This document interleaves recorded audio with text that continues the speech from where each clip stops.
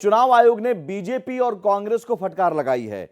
जाति, समुदाय, भाषा और धर्म के आधार पर प्रचार करने के लिए फटकार लगाई है। चुनाव आयोग का बीजेपी और कांग्रेस दोनों को निर्देश दिया गया है।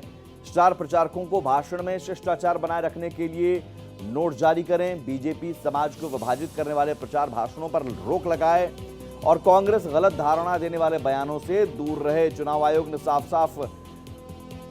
शब्दों में, साफ लहजे में और सख्त लहजे में बीजेपी और कांग्रेस दोनों को ये सख्त हिदायत दी है। कमलेश सिंह हमारे साथ जुड़े हुए हैं। कमलेश, इसमें बीजेपी वालों को कांग्रेस के खिलाफ बोलने का मौका नहीं मिलेगा और कांग्रेस को बीजेपी के खिलाफ बोलने का मौका नहीं मिलेगा, क्योंकि हिदायत दोनों को दी गई है।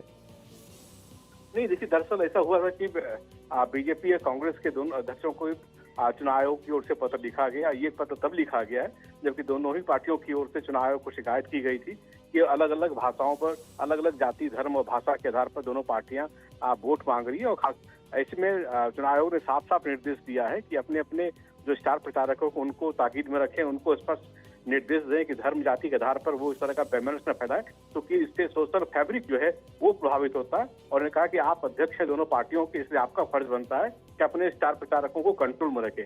इसके अलावा मल्लिका जी खड़गे को जो आयोग की ओर से जो लेटर गया उसमें ये कहा गया कि आप सेना के ऊपर इस तरह की टिप्पणी न करें जिससे कि सेना का मनोबल गिरे, और आपको ये ध्यान रखना चाहिए कि आपके स्टार प्रचारक अपने कार्यक्रम में इस तरह की भाषा का इस्तेमाल नहीं करें। तो साफ तौर पे एक जोरदार झटका है चुनाव आयोग के द्वारा राजनीतिक पार्टियों को। जब चुनाव आयोग की ओर से ये कहा जा रहा था, इसमें लिखा गया कि आप लोग जिम्मेदार राजनीतिक पार्टी हैं और आपका कर्तव्य है कि आप देश में जो धार्मिक सौहार्द है उसको बनाए रखने की जिम्मेदारी आप पर भी है, लिहाजा आप इस चीजों से बचें। जी चलिए, बहुत शुक्रिया कमलेश। देखना होगा अब छठे चरण और सातवें चरण का चुनाव प्रचार रह गया है। अब इन चुनाव प्रचारों में इस हिदायत का कितना असर होता है।